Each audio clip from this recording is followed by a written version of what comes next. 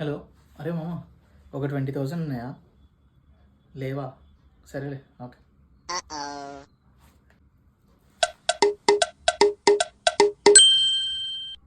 Hello.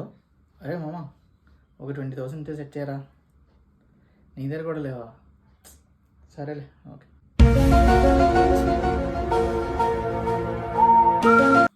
నువ్వు అందరినీ అడిగావు కానీ ఎదురుగన్న పెళ్ళాన్ని అడగవా? అయ్యో, సారీ, మర్చిపోయాను. సరేలే. సరే, ఇప్పుడు అడుగుతున్నాను, డబ్బులు ఇవ్వు నాకు. ఎంత కావాలి? ఒక 20,000 కావాలి. నా దగ్గర లేవుగా.